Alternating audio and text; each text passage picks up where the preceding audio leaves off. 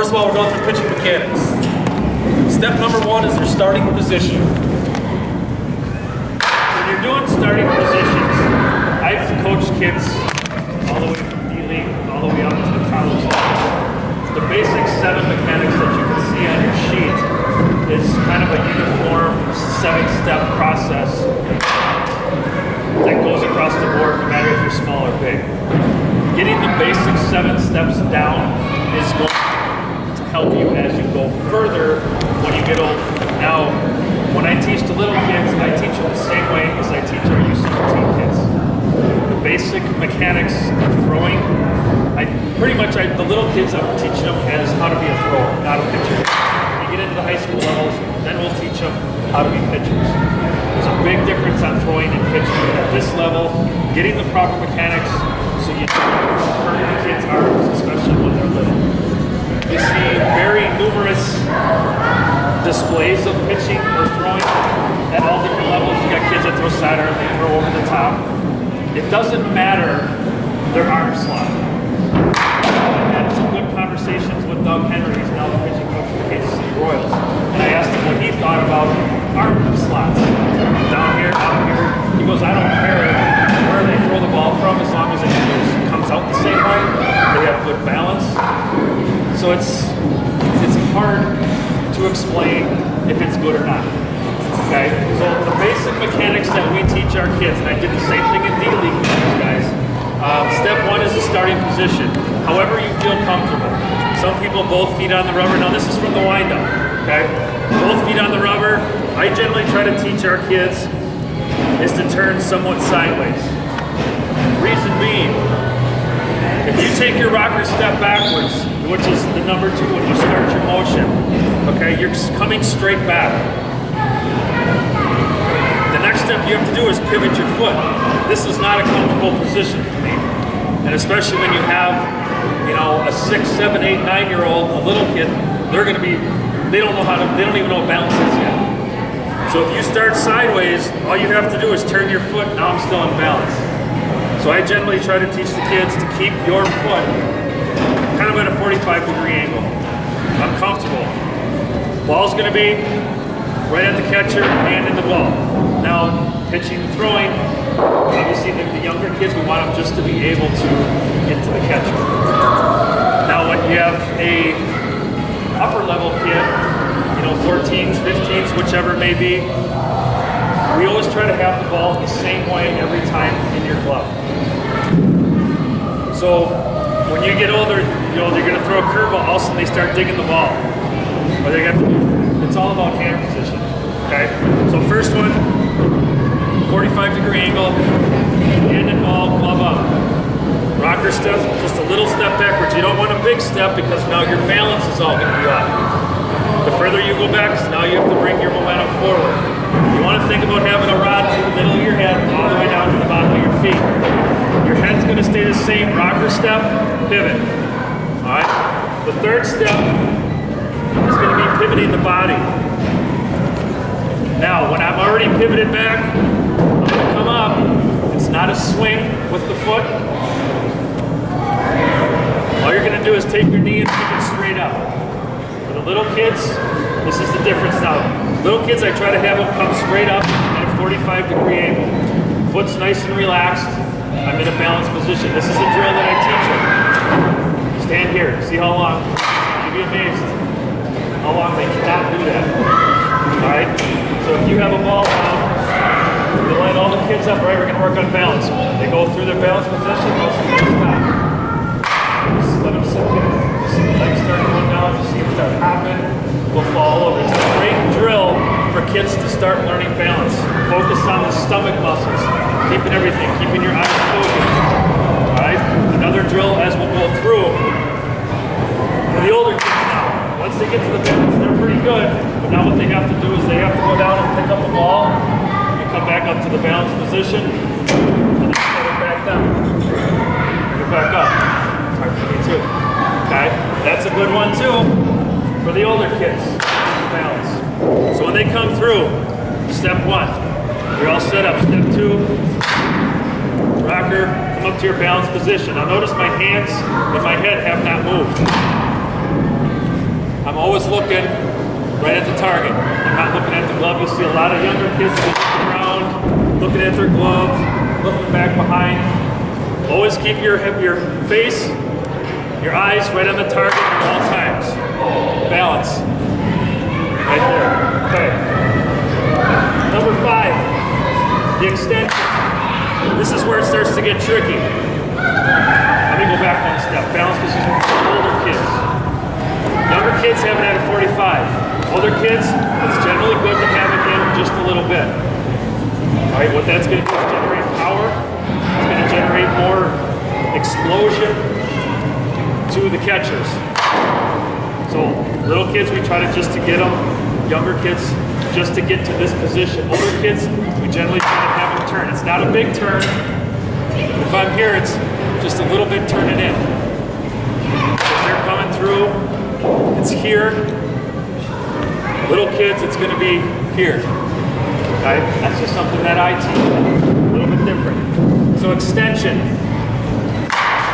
Balance position. Glove, knee is going to be attached. As your knee goes up, your glove's going to go up. Everything's attached. It's on a string. So if your knee goes up, if your knee goes down, the ball's got to start coming out. Number 1 problem with kids at all ages is not getting the ball out soon enough. What happens is they start leaning forward. If I start going to home plate, all of a sudden the first movement they have is this, and they haven't done anything with their hands yet. So what's going to happen is as soon as they get that ball out, they're here, all the pressure is going to be right on their shoulder. That's the number 1 problem with pitchers is you're going to blow your shoulder, your elbow, because you're dragging that arm. The older kids, you can tell they're doing it, all their balls are going to be high. They start throwing the balls high, especially when you get tired, your lower half is getting out, you're getting lazy. Release point goes from here instead of out here. All their balls are going to be up high. So here's somebody can say dragging your arm. That's pretty much what that is. Your arm's dragging behind your body. So you hear that terminology, that's what that is. So the extension. Come to the balance point. Now what you want to do, this is a drill we teach our own kids. We call it the dance step. Ball's up. Glove's going to go down. You're going to break with your thumbs down. Thumbs down. Think of it as a figure 8. You got a big bowl. However you want to do it, there's a big bowl here. The ball's going to come down, the ball's going to go out. A lot of little kids just do this. They just want to throw the ball this way. You want to try to keep the ball back so as they rotate forward, the ball's automatically going to come this way. Okay, ball's in the finger. So down and out. Notice my balance still right here. I haven't moved. So if I go through 1 through 4, here, down, still haven't moved. What you'll see with a lot of younger kids is you'll see this, all of a sudden they'll be out here, and their ball will still be in their glove. Now they have to try to catch up. All right? Back, up, down. My glove is to the front. Now this is however you want to teach it. Some people lead with the elbow. Some people lead with the glove. Whatever it is, the extension you have to have is you have to have the T. Ball back, glove out front. I teach it with the back of this glove. You look right over the top of your glove. Okay? So I'm on this power position. My foot is at a 45-degree angle. I'm not landing on my heel. Follow my foot at my extension. Okay? Number 5. 6 is going to be release point. That's when you're going to actually swing your body. First thing that's got to happen is this glove, your elbow has to come to your hip. Here, and as this comes through, that's going to ignite this backside. That's going to bring the ball through. Now I still haven't even left my position. I'm still in balance. Back, up, down, here. This is the number 1 position. This is your power position as a pitcher. Right here. Chest out front, glove right here, ball's coming through. Okay, my foot's on, that's when now I'm going to push off, reach, and then follow through. Release point. If you come to one of our practices, the number 1 thing I say to our kids is shorten the distance between, I'm talking older kids, shorten the distance between the pitcher and the catcher. Why is that? Anyone know why you want to shorten the distance between the pitcher and the catcher? What is that going to make them do? It's it's going to make them extend.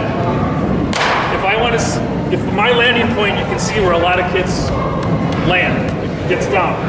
If I have a kid that's landing here and just letting the ball out, his release point's out here. You want to get extension. You want to reach out here. So shortening the distance, my release point is here to the catcher. Now if it's out here, extending that out, getting him to release out in front of him, not up top. Okay? Last one is follow through. If you do all those top 6 right, your follow through should be natural. Out to the front, you want to get up over the front to the balance point. Got back to the balance drill, balance down, pick it up. Gloves out front, arms out here. You want to touch the grass and just let your leg come through. A lot of kids, what they'll do at the young age, this, and they'll just bring their foot around. A big drill that I use is I put a ball bucket or a chair or a helmet, and I'll stack them up in front of them. So as they come through, and if they hit those helmets, they know they're going over their backside. So they have to get over the top of those helmets to come through. You notice when he's coming through there, he talked about leading with over the glove. He said some people lead with their elbow, some people lead with their hand, but you're looking at the top of that glove. It doesn't really matter which one you do, but as long as you see every time he finished, he was either here, or you're here, and here. A lot of times you're going to see what kids are doing is they're opening their body up. They extend that glove out, they don't get back in. Their arm is going like this, which totally opens everything up, and you're losing everything. You got to keep this front shoulder in towards the catcher. Everything's right here into the pivot.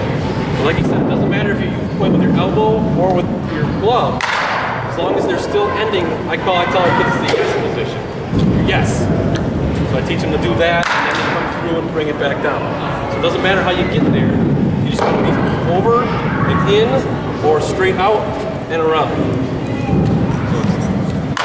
So in this way, straight here, down. Questions so far? Any of those? Any questions? Alex, switch you over there. What I'll do is I'll just go through a couple things, and I'll do some things wrong. And I'll probably do 3 or 4 punches, and I'll stop and I'll see if you guys can see what I'm doing wrong. Okay?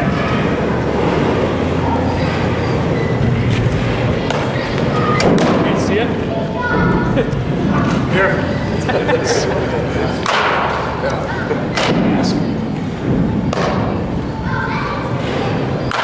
Two more.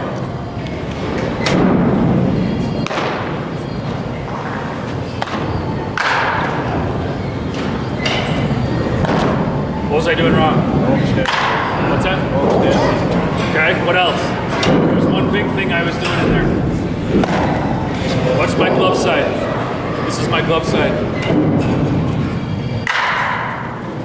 See what I was doing? You'll see that as young kids. What I'm doing, watch this glove side. Instead of coming, I'm sweeping like this. Instead of coming out and then in. So doing it the right way. See that compared to this? See how I'm sweeping that? That's the number one thing you'll see with kids, is keeping that front side. So doing it right again. Now here's doing it the other way.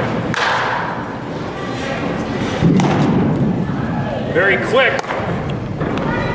Very easy to see if you know what you're looking for, okay? Another thing, what else will you do? Another one.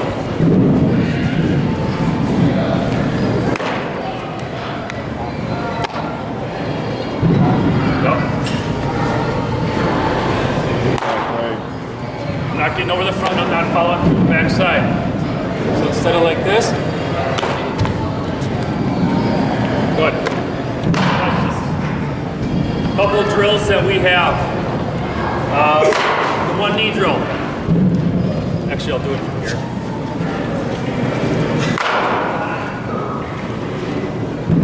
One knee drill, 45-degree angle with your leg going off towards Luke. You're throwing over to Alex. Good to keep them straight, shoulders straight. You can start with hands together first. You work on breaking, getting the ball out. Getting the ball out. You can sit there, I'll do this all day long. You see the hand positions, if they go like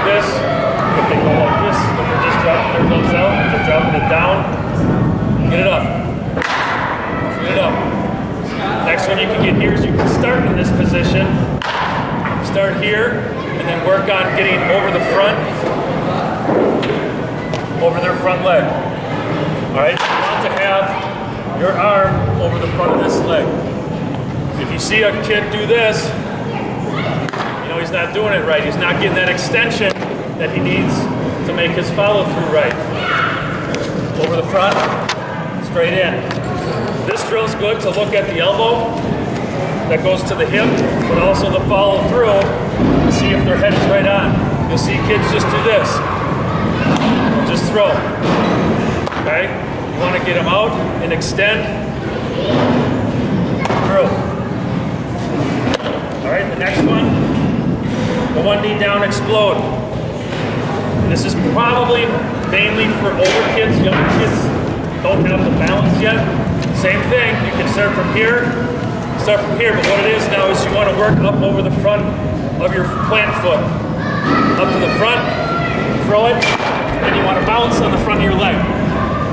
It's getting your power, your momentum, everything over the front knee.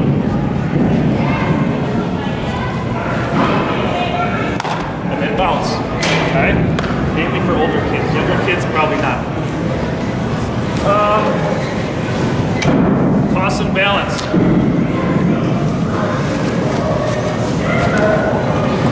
Up to your balance point. You can toss it or you can place it. Good thing for this is the extension. Start with the ball, hand him the ball in here. Don't let him bring his glove down or the ball down. Mostly want to hand it because throwing at the kids is going to work. Older kids, you can do it. Bring it up. You want their arm extended back. You don't want to give it to them right here. The first thing they're going to do is bring their arm back. Let them reach for it. Let them feel what it feels like to get that ball up top. So get it up here, and work on keeping the ball up and bringing it down. Kids will struggle with this because they're used to bringing their elbow down. All right. What they're used to is bringing the elbow down here and throwing. You want to try to have them keep that up. And as they turn, extension. Get that arm out. So up here, nice and easy. Now it's not how hard you throw it, it's not how accurate, you're mainly looking for the extension in the ball. Towel drill, everyone knows the towel drill. You get a towel, place it in your hand. I don't have a towel with me. If you put it in your hand, same thing. You want to get that towel in a nice smooth, and then you want to whap it down. Very good drill, pretty basic. The wall drill. Let's do, why don't you guys come on over here once. Just pick it right up.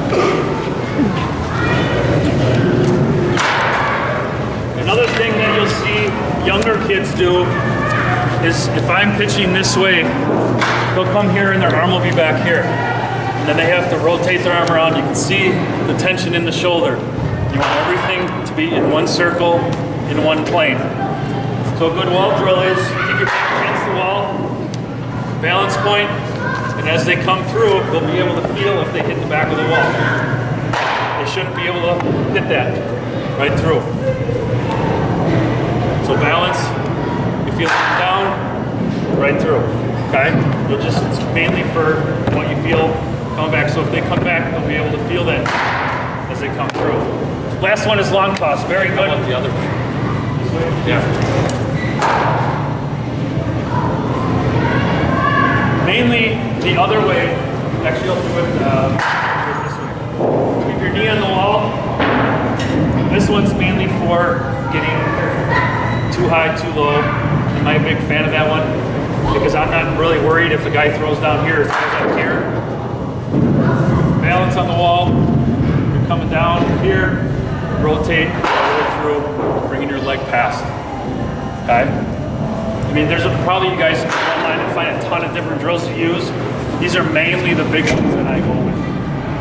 So last one is long toss, very good for kids, especially to get arm strength. You know, younger kids I probably wouldn't go more than 60 feet. And make sure the biggest thing is not just to throw it, see how far they can throw it.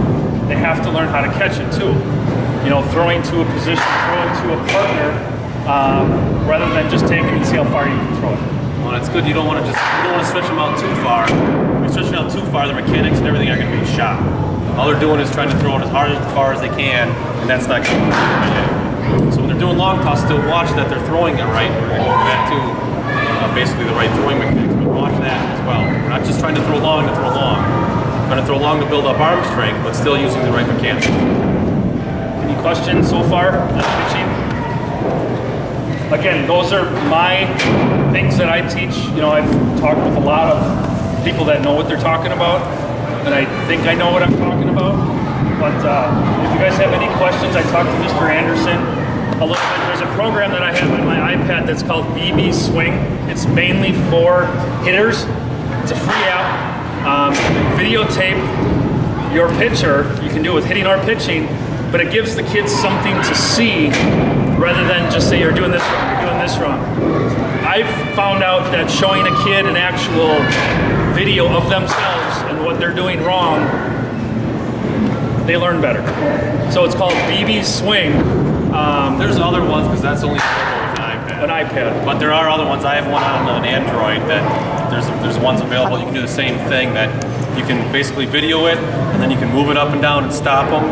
You can draw on it. You can see and stop them at certain points and look at this. And you're moving it back and forth and show them. It works pretty good. They're free apps. And if you want to see it, I have it here after we get done. If you guys want to take a look at it, feel free. So, just running through throwing mechanics. A lot of this stuff Mike just went over.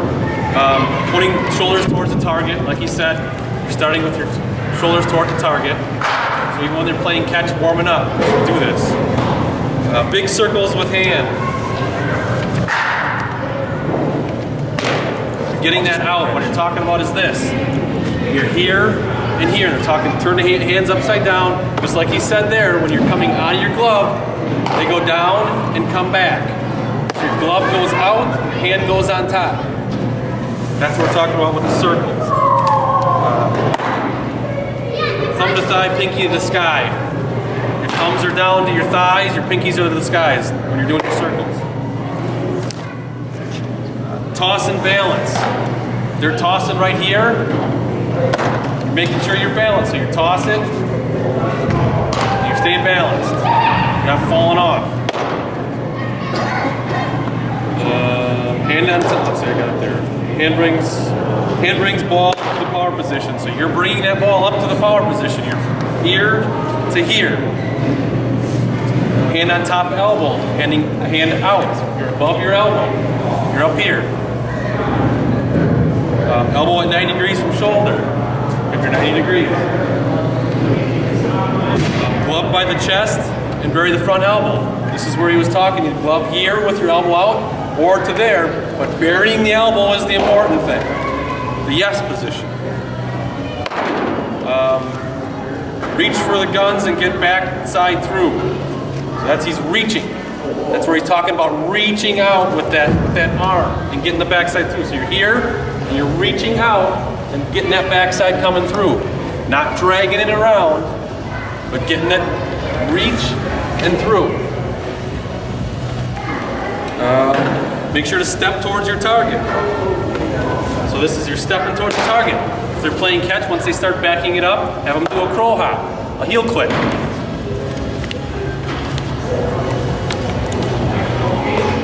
A little bit of it's just a little short hop to give them a little bit more power to throw it longer. This is mostly used when you start stretching it out and doing your long toss. You're still getting your back side through though, even on the long toss. You notice the back leg is still following through, and he's still coming over with that front arm reaching out. or you can do the crow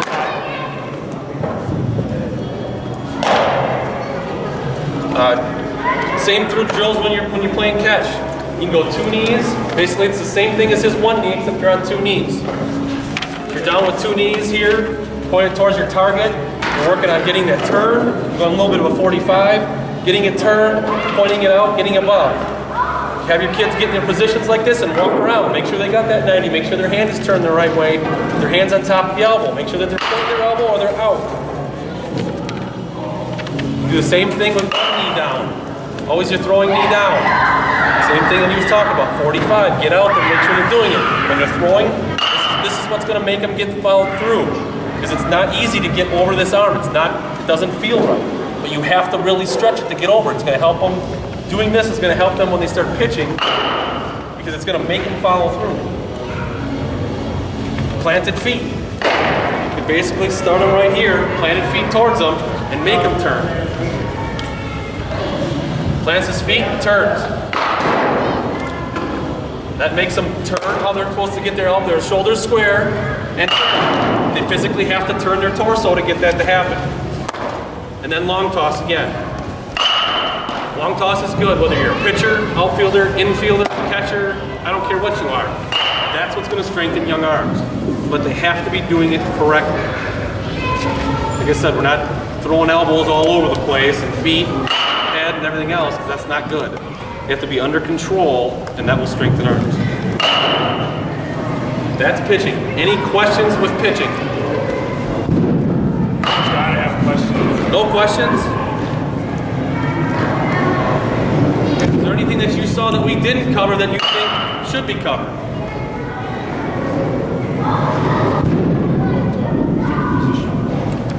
Good question.